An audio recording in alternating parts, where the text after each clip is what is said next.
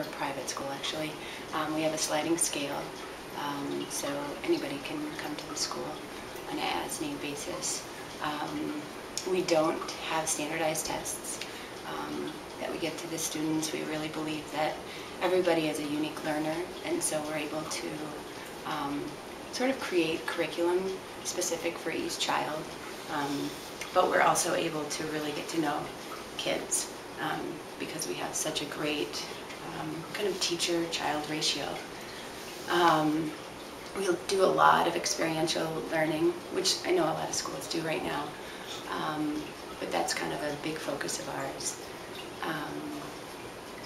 What else? The way we solve problems is fairly interesting and different than most schools.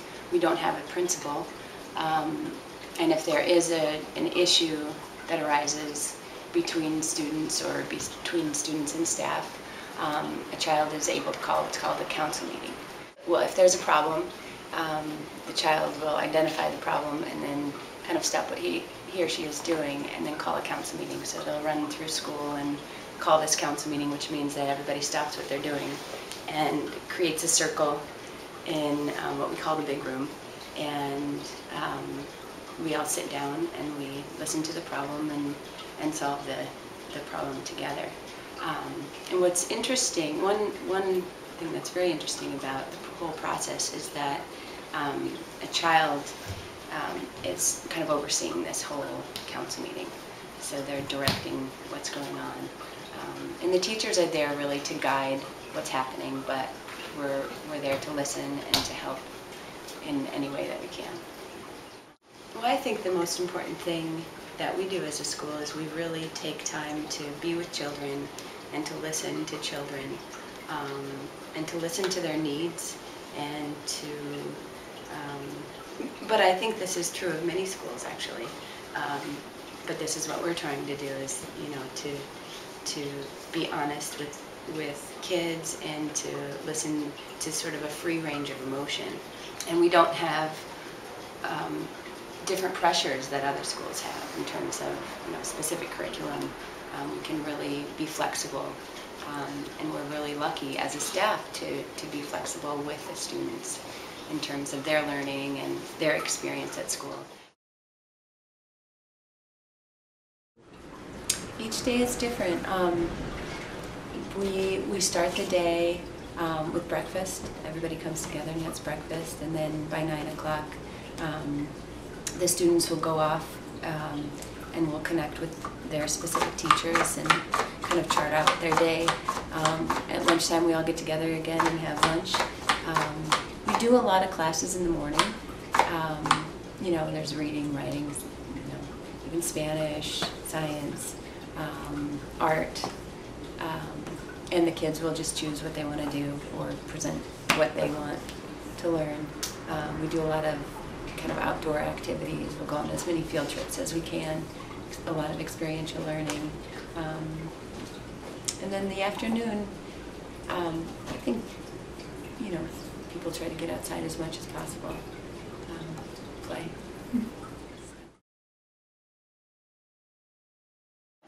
But we're working on a way to have it so that, you know, kids can have scholarships to the school. So we're working on kind of a scholarship fund as we're trying to create an endowment for the school because we do run on a shoestring budget.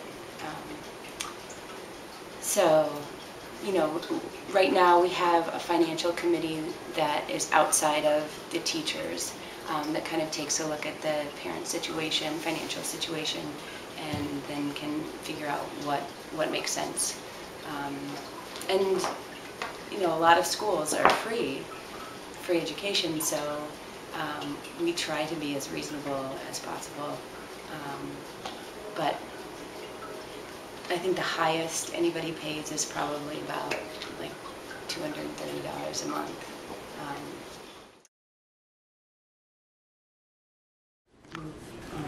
With that. So the founder of the free school, Mary Loya, really invested in the properties here.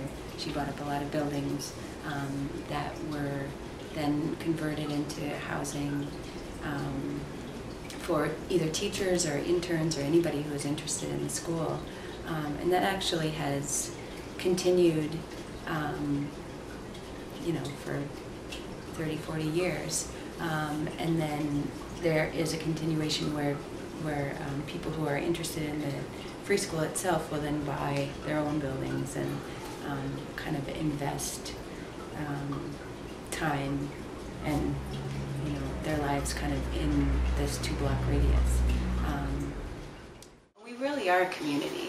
The school itself creates a community, and that community changes each year because the makeup is different, the students are different, sometimes the teachers are different. So really, whoever comes into the building makes that community, and you know, we need to figure out how to respect each other, but then also how to,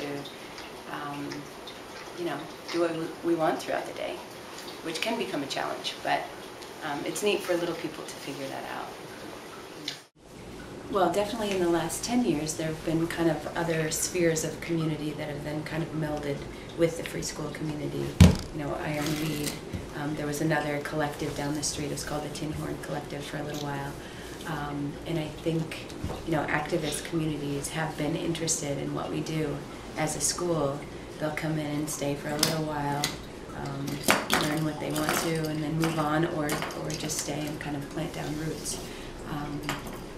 So, yeah, the community aspect of the school is really special and important.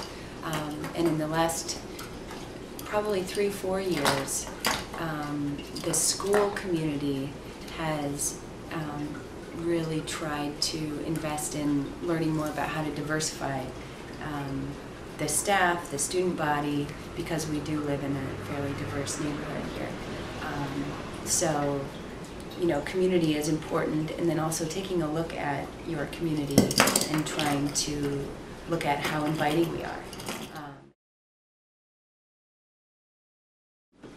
In a way, the parents who have become teachers have been trained sort of in an immersion program, but we're actually, the staff that we have right now, none of us are trained teachers.